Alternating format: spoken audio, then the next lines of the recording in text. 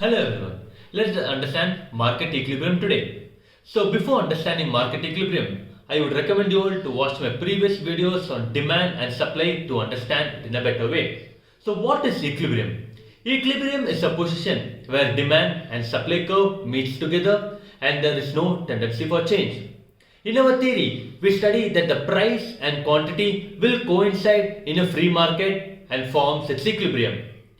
But we know producers and consumers behave differently. We have the proof from the demand and supply schedule, and the law also is differ.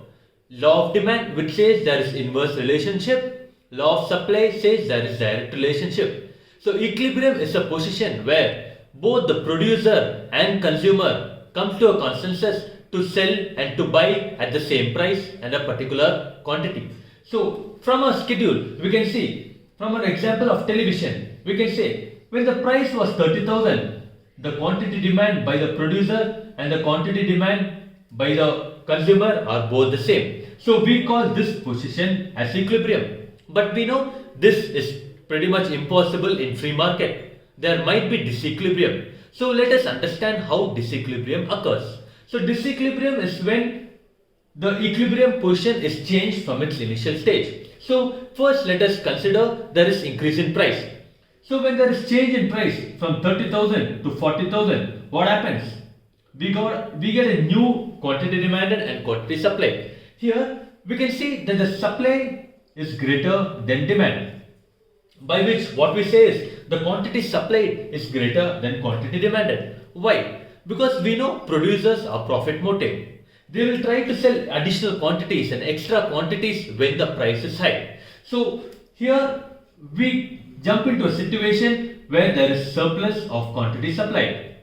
You can also call it as excess supply in the market. Now, can this be relevant in the market? No. The market will take its own time to get back to its equilibrium. Now, what can be done? It can either be done by the producer reducing the price or reducing the quantity supplied because the excess quantities are still with him. So it will take some time. We know time dimensions are crucial in economics. So likewise, the market takes its time to understand it and reacts it by coming back to its equilibrium. Now, what happens when the price is reduced? Let's assume that the price has fallen to 20,000.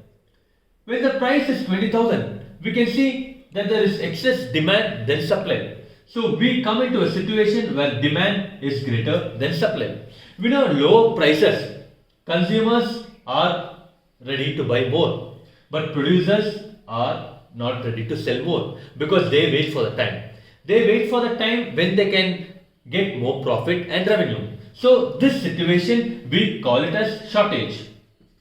There is shortage of televisions in the market. Now again, after some time, when the market understands that there is disequilibrium, it will get back to its equilibrium position where the quantity demanded will be quantity demand and supplied will be 25 and your equilibrium price will be 30,000.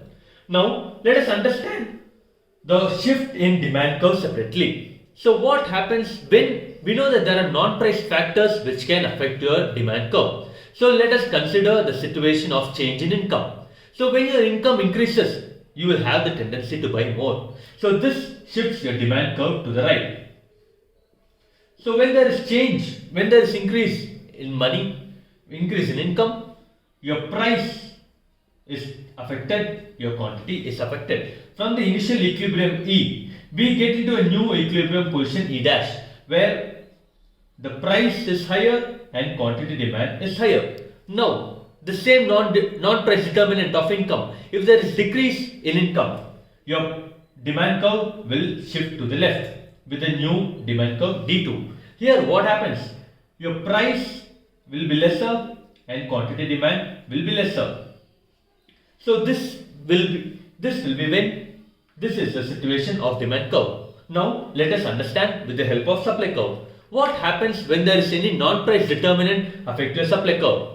Any determinants, let's take an example of the technology and government policies, anything. So if there is advancement in technology, we know we can reduce additional goods at lower price. So your supply curve shifts to the right. So from its initial equilibrium, your supply curve shifts to the right with a new supply curve S2. Here at equilibrium position, you can see that the price is lesser, the quantity demand is more. This, in terms of government policy, if we have to discuss, we can talk about subsidies.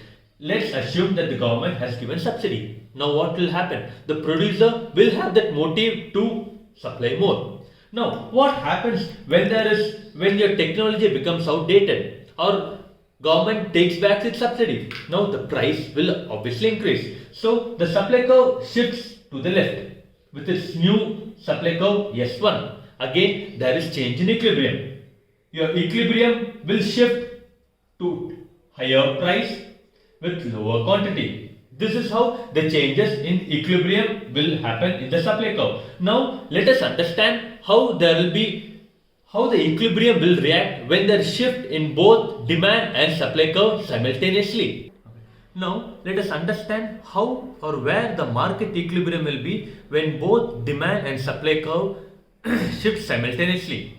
For that we have four kinds of equilibrium you will be able to get. The first is when both your demand and supply increases. So we know that there are non-price determinants which can influence your demand and supply, and both can increase. Now assuming that there is magnitude of it remains constant, where the increase in demand is equivalent to increase in supply, we will be able to get somewhere at this point.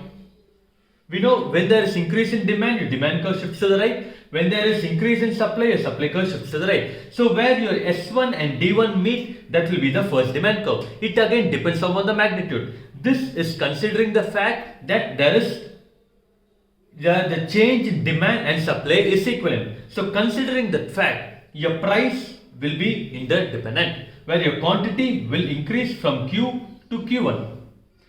Second condition, when both your demand and supply curve decreases. So when both your demand and supply curve decreases, we know both the curve will shift to the left. So considering that fact, we know that our equilibrium will be at this point, where your S2 and D2 meets together. Here again we are assuming that the decrease in supply is equivalent to decrease in demand. So considering that, we are very sure that your quantity demand will decrease from Q to Q2, where your price remains constant.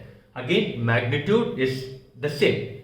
Third condition, there is increase in demand and there is decrease in supply. When there is increase in demand, we know that our demand curve will shift to the right. When there is decrease in supply, we know our supply curve will shift to the left. So when that is the case, we know our equilibrium will be at this point because there is increase in demand and decrease in supply. So the third condition, our equilibrium will be at this point. Here we are assuming that our quantity demanded, there is no change, but we are very sure about the increase in price, considering the fact that increase in demand is equal to decrease in supply. Again, when there is increase in demand is greater than decrease in supply, we know there will be other changes as well. Your price might also increase in that situation. But here we are assuming that the increase in demand is equivalent to decrease in supply. Our fourth condition is when there is decrease in demand and increase in supply. So decrease in demand, when there is equivalent decrease in demand with equivalent decrease in supply, we will have equilibrium at this point, where our price is very definite that our price will decrease, but our quantity might remain the same. Again, depends upon the magnitude. If there is demand, if the decrease in demand is greater than increase in supply, the equilibrium will be different. When our decrease in demand is lesser than increase in supply, our equilibrium will be different. All the four conditions are considering the fact that both demand and supply shifts simultaneously in the equivalent proportion. Thank you.